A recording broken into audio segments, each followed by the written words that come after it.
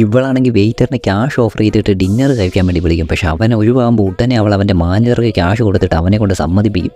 അങ്ങനെ അവളുടെ അപ്പനാണെങ്കിൽ അവളെ പെണ്ണ് കാണാൻ വേണ്ടി മറ്റൊരു ബിസിനസ്സുകാരനെയും കൂട്ടി വരും. ഉടനെ അവളുടെ അപ്പന് മുമ്പിലേക്ക് ഇവളാണെങ്കിൽ ആ വെയിറ്ററിനെ കൊണ്ട് ചെല്ലും. എന്നിട്ട് പറയും ഇതാണ് അവളുടെ ബോയ് ഫ്രണ്ട് എന്ന്.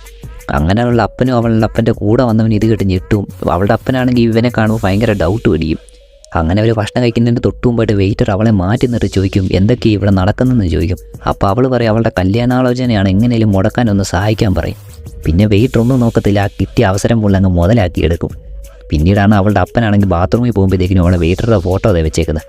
പുള്ളിക്ക് അപ്പം തന്നെ കാര്യങ്ങൾ പിടികിട്ടും. പിന്നീട് പുള്ളി തിരിച്ച് വന്നിട്ട് അവനോട് ചൂടാവും, പോയി ആ സാധനം എടുത്തുകൊണ്ട് ആ ഭക്ഷണം എടുത്തുകൊണ്ട് വരാനൊക്കെ പറഞ്ഞു. അപ്പോൾ ഇത് കണ്ടുകൊണ്ടിരിക്കുമ്പോൾ കൂടെ ഉള്ളവനാണ് ജെന്റിൽമാൻ ആയതുകൊണ്ട് തന്നെ കിളവനോട് ചൂടാവും. എന്നിട്ട് പറയും ഈ ആറ്റിറ്റ്യൂഡ് ഉള്ളവൻ്റെ കൂടെ ഒന്നും അവന് ബിസിനസ് നടത്താൻ പറ്റത്തില്ലെന്ന് പറയും. പിന്നെ മകളുടെ കാര്യമാണ് അവളാ തീരുമാനിക്കേണ്ടത്, അല്ലാതെ കിളവനല്ലെന്ന് പറയും. അങ്ങനെ കിളവൻ അവിടെ നിന്ന് ചമ്മി ഇറങ്ങിപ്പോവും. പിന്നീട് ഈ നിൽക്കുന്ന 3 പേര് നല്ല